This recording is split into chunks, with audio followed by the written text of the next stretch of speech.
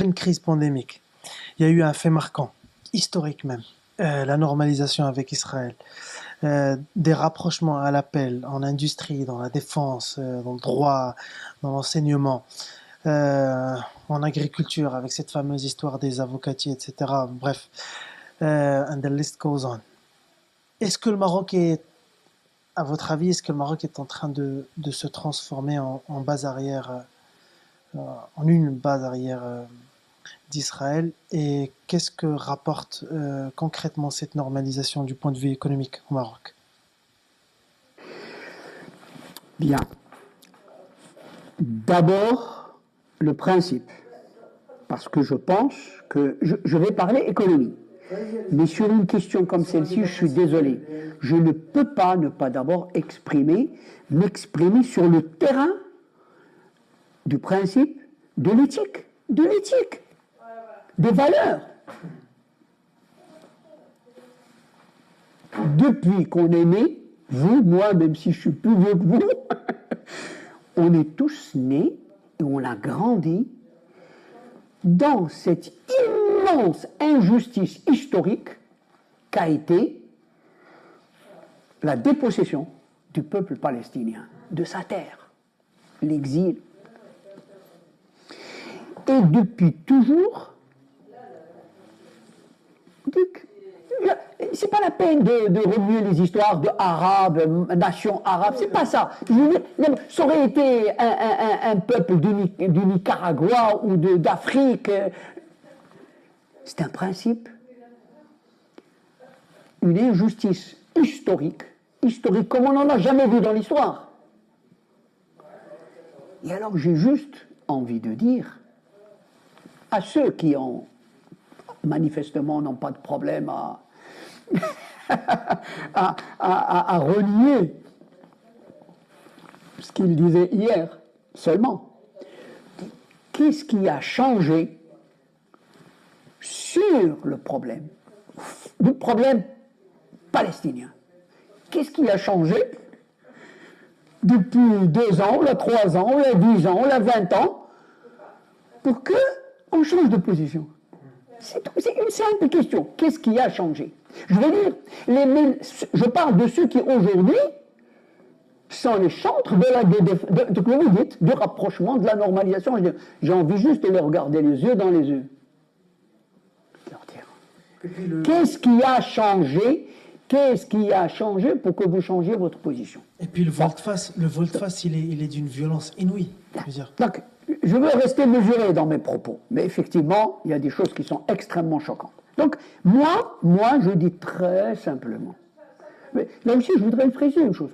Moi, je n'ai aucun problème avec le peuple israélien, je n'ai aucun problème avec les juifs marocains, je n'ai aucun problème. Sauf que, ça aussi, soyons clairs. Quand même, vous ne pouvez. Je parle des juifs marocains qui, c'est leur choix. Personne ne les a mis dehors, qu'on soit clair. Ils ont fait un moment leur choix, ils sont partis en Israël. Ils ont fait leur vie en Israël. Ils ont consolidé le système politique qui aujourd'hui réprime les Palestiniens. Peut-être même qu'eux-mêmes, leurs enfants, sont des soldats.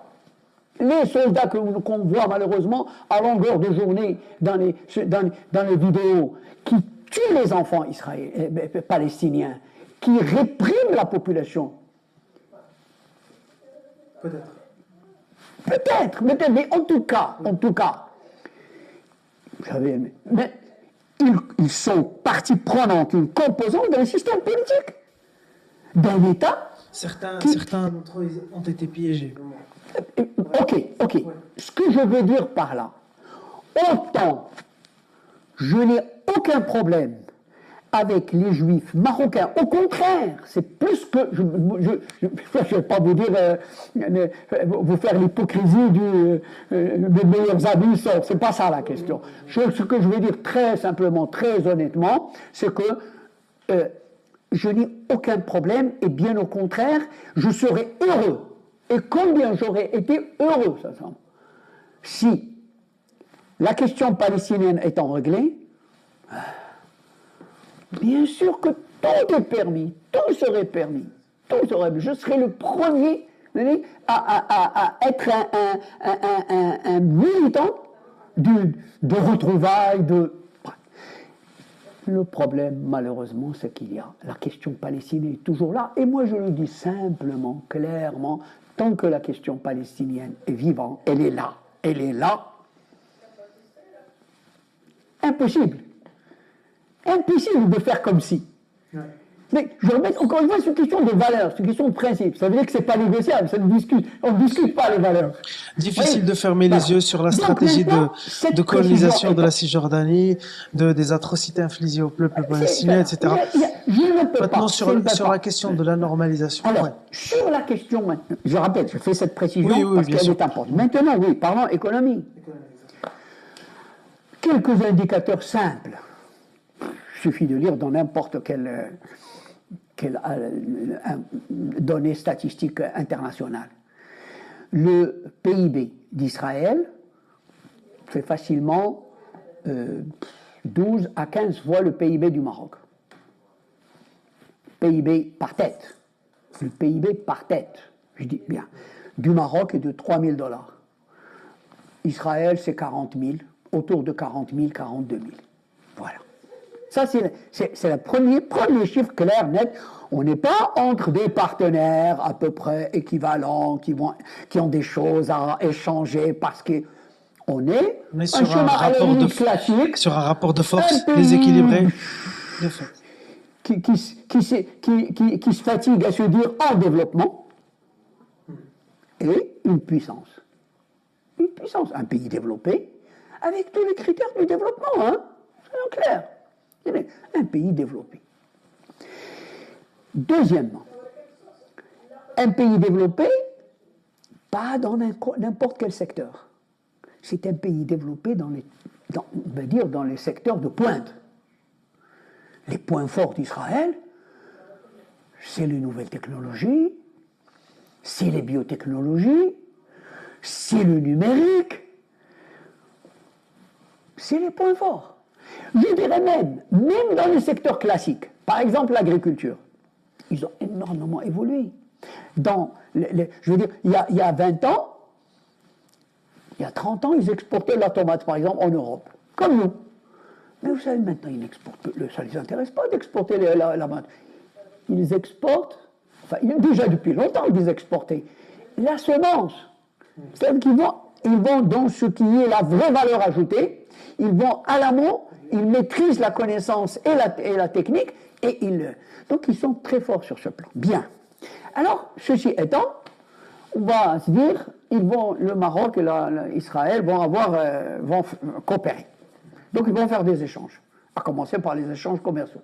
On est d'accord? Très bien. Qu'est-ce qu'on a à échanger? Voilà, question simple. Qu'est-ce qu'on a à échanger? Évidemment, qui fait qu'on puisse se dire, c'est du donnant-donnant, c'est à peu près équilibré, ça veut dire on a autant à gagner que eux aussi. Ça, c'est normal, hein, mais on a quelque chose à gagner. Or, malheureusement, encore une fois, quand on voit la structure des économies, on dit, qu'est-ce qu'on peut leur exporter dont ils auraient besoin? Qu'est-ce qu'on peut leur exporter? C'est quand même une question qu'il faut qu'on se pose. Qu'est-ce qu'on a à exporter? Eux, évidemment qu'ils ont tout à nous exporter. Tout ce qu'ils font, on en a besoin. Oui, on en a besoin. Mais tandis que nous, qu'est-ce qu'on peut leur exporter? On voit l'agroalimentaire, le textile, la confection, les voitures, même, je veux dire, les voitures, quelques composantes.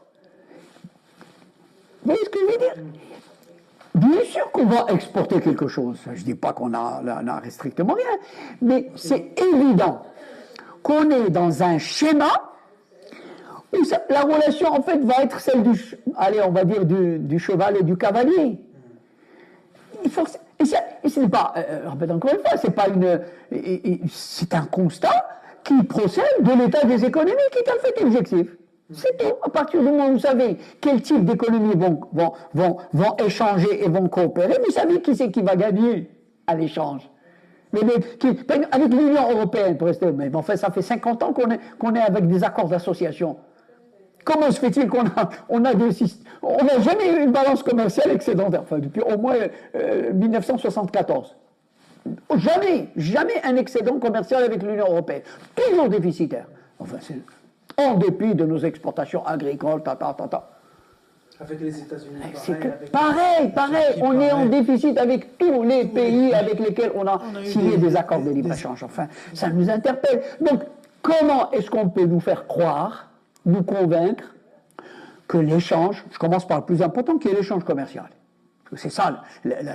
Comment est-ce qu'on peut nous convaincre que cet échange commercial peut être bénéfique? Malheureusement, ça va être encore un poste de déficit supplémentaire. Et ça ne peut être que ça, encore une fois, en dépit de tout. Alors, on nous dit, le tourisme. 150 000, on parle de 200 000. Okay. 400 000. Sur les 13 millions de touristes qu'on a reçus. La dernière année normale, on va dire, en 2019. C'est quoi? Ben quand même, il faut quand même se poser la question. Je veux dire, c'est pas rien. Je ne suis pas en train de oui, c'est important quand même. Mais je veux dire, c'est... Encore une fois. Et alors ça, il faudrait voir les choses se dérouler. Mais moi d'abord, quand je vois aujourd'hui les publicités qui sont en train d'être faites par l'Arabe pour aller visiter en Israël, il faudrait peut-être dans quelques années faire la balance aussi entre ça, entre les Israéliens qui viennent, donc les devises qu'on reçoit et les devises qu'on transfère là-bas. Attention. Mais en tout cas, ça ne me paraît pas quelque chose d'absolument extraordinaire. C'est pas ça qui va nous permettre d'atteindre les 20 millions de touristes que nous étions censés atteindre en 2020 et que manifestement c'est encore autre. C'est pas ça qui va nous permettre d'atteindre ça. Quand même, c'est clair. Bon, j'essaie de voir comment cette relation économico-commerciale peut être avantageuse pour le Maroc. Je vous assure, j'essaie en toute bonne volonté, peut-être, pour être clair, peut-être que des hommes d'affaires feront de bonnes affaires. Oui, notamment d'ailleurs parmi ceux qui s'agitent, que vous voyez dans des hommes d'affaires, de là-bas et d'ici, feront de bonnes affaires, probablement. Est-ce que le pays fera une bonne affaire? C'est une autre affaire.